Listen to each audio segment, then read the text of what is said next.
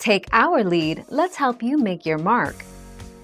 Our goal is your satisfaction. Let us show you the way.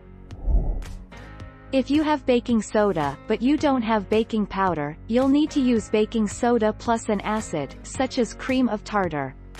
For every teaspoon of baking powder, you'll want to substitute in 1/4 of a teaspoon of baking soda with half a teaspoon of cream of tartar.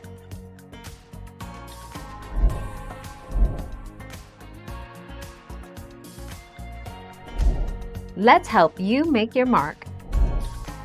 Light and fluffy soufflé pancakes. These soufflé pancakes without baking powder are impossibly light and airy. Whipped egg whites replace the baking powder in the pancakes and create an incredibly fluffy texture.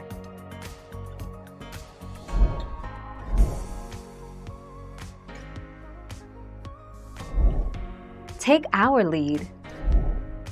So, if your recipe calls for 1 tablespoon of baking powder, use 1 teaspoon of baking soda, mixed in with 2 teaspoons of cream of tartar. If you are storing the homemade baking powder instead of using it right away, stir in 1 teaspoon of cornstarch.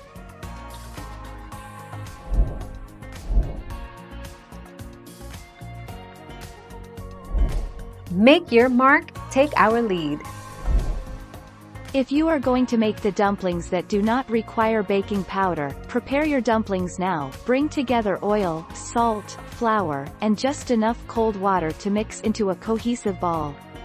Knead ball until consistent. The ball of dough should have no excess flour and be slightly damp to the touch, but not sticky.